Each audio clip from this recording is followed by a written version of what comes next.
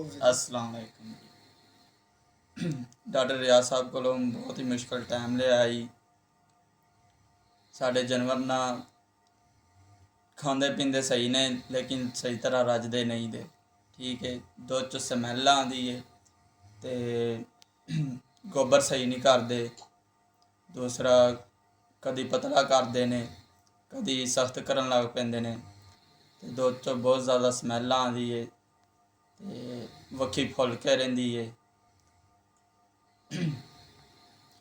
अच्छा तुसीं किसी डॉक्टरां कोलों इलाज भी करवाया? डॉक्टर साहब इलाज भी बहुत दफ़ा करा चुके हैं। पेट दे किरमां दी पेट दवाई के भी? किरमां की दवाई भी दे चुके हैं ते टीके भी लवाए ने, कोई फर्क नहीं पैंदा। ते असां चाहने हैं कि मेहरबानी करो कि देसी नुस्खा दिया सानूं।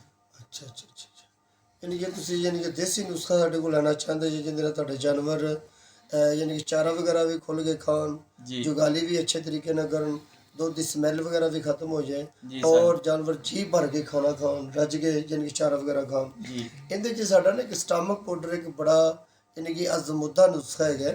ਅਸੀਂ ਮੁxtਲਿਫ ਜਾਨਵਰਾਂ 'ਚ ਹਜ਼ਾਰਾਂ ਦੇ ਹਿਸਾਬ ਨਾਲ ਜਾਨਵਰਾਂ 'ਚ ਯੂਜ਼ ਕਰ ਚੁੱਕੇ ਹਾਂ ਔਰ ਇਹ ਸਾਡਾ ਸਟਾਮਕ ਪਾਊਡਰ ਜਿਹੜਾ ਨਾ ਸਾਡਾ ਬਣਿਆ ਹੈ ਰਿਆਜ਼ ਬਾਦੀ ਮਸਾਲੇ ਦੇ ਨਾਂ ਤੋਂ ਅਸੀਂ ਨਾ ਯਾਨੀ ਕਿ ਅਵੇਲੇਬਲ ਸਾਡੇ ਕੋਲ ਮੌਜੂਦ ਵੀ ਹੈਗੇ।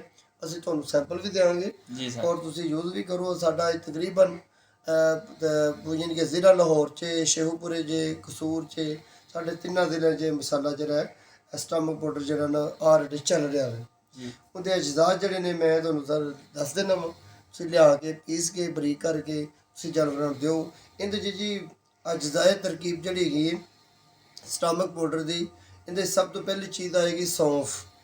ਸੌਂਫ ਅਸੀਂ ਲੈਣੇ ਨੇ 250 ਗ੍ਰਾਮ।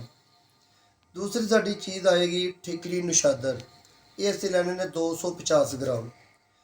ਅੱਗੇ ਲੈਣਾ ਜੀ ਪੁਦੀਨਾ ਖੁਸ਼ਕ ਲੈਣਾ ਹੈ, ਜੰਗਲੀ ਪੁਦੀਨਾ ਖੁਸ਼ਕ ਲੈਣਾ ਹੈ, ਸਾफ़ ਸੁਥਰਾ ਹੋਵੇ ਔਰ ਸਾफ़ ਸੁਥਰਾ ਪੁਦੀਨਾ ਲੈ ਕੇ ਇਹ ਵੀ 250 ਗ੍ਰਾਮ ਅਸੀਂ ਇਸ ਨੁਸਖੇ 'ਚ ਐਡ ਕਰ ਲੈਣਾ। ਤੀਸਰੀ ਚੀਜ਼ ਅਸੀਂ ਲੈਣੀ ਹਾਲਿਓ। ਹਾਲਿਓ ਵੀ ਅਸੀਂ 250 ਗ੍ਰਾਮ ਲੈਣੀ ਤੇ ਮਿੱਠਾ ਸੋਡਾ, ਸੋਡਾ ਬਾਈਕਾਰਬ ਜਿਸ ਨੂੰ ਕਹਿੰਦੇ ਆ, ਸੋਡਾ ਬਾਈਕਾਰਬ ਅਸੀਂ ਲੈਣਾ, ਇਹ ਵੀ 250 ਗ੍ਰਾਮ। ਕਾਲਾ ਨਮਕ, ਬਲੈਕ ਸਾਲਟ ਅਸੀਂ ਇਹਨੂੰ ਕਹਿੰਦੇ ਆ, ਇਹ ਵੀ ਅਸੀਂ ਲਵਾਂਗੇ ਅੱਧਾ ਕਿਲੋ।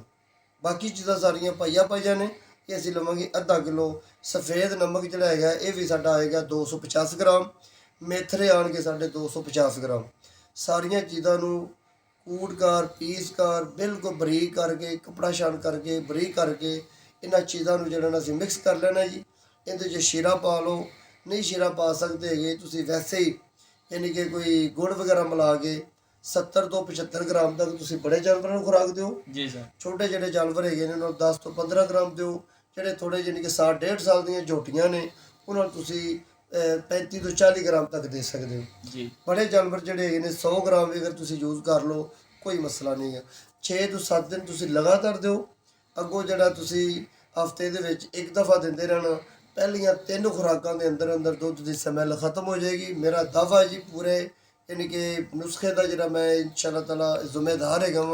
असी जमाया नुस्खा साडा और तजर्बाशुदा है। जानवर चारा भी बिल्कुल पेट भर के खाएंगे, पेट च गैसेस नहीं होणगियां, जानवर जोड़ा है ने कब्ज वगैरह का मसला हल हो जाएगा, जानवर मोटे ताज़े होंगे, जानवर को खुराक लगेगी जी और बहुत बेहतरीन यानी कि ये फार्मूलेशन हैगी। 100 ग्राम फी जानवर की डोज हैगी जी। वैसे आम तौर पर जानवर तंदुरुस्त ने, दुध के कोई यानी कि स्मैल वगैरह नहीं हैगी, कोई यानी कि मैदे के प्रॉब्लम नहीं, जानवर नॉर्मल ने। नॉर्मल जानवर वास्ते हफ्ते जे एक दफ़ा असी 100 ग्राम अगर जानवर को देंदे रहिए, जानवर बादी वगैरह का मसला नहीं बनेगा, जानवर दुध की स्मैल का मसला नहीं बनेगा, कॉन्स्टिपेशन नहीं बनेगी, कब्ज नहीं होएगी, गैसेस नहीं होणगियां, जानवरों के यानी कि पानी पीने की एवरेज बिल्कुल बराबर हो जाएगी, चारा वगैरह बिल्कुल सही खाएंगे और इंशाअल्लाह ताला तुसीं सर दुआवां दोगे। अच्छे तरीके नाल तुहानूं नुस्खा समझा दिता है, इस तरीके नाल बनाओ ते अपने जानवरों यूज़ करो। Camera man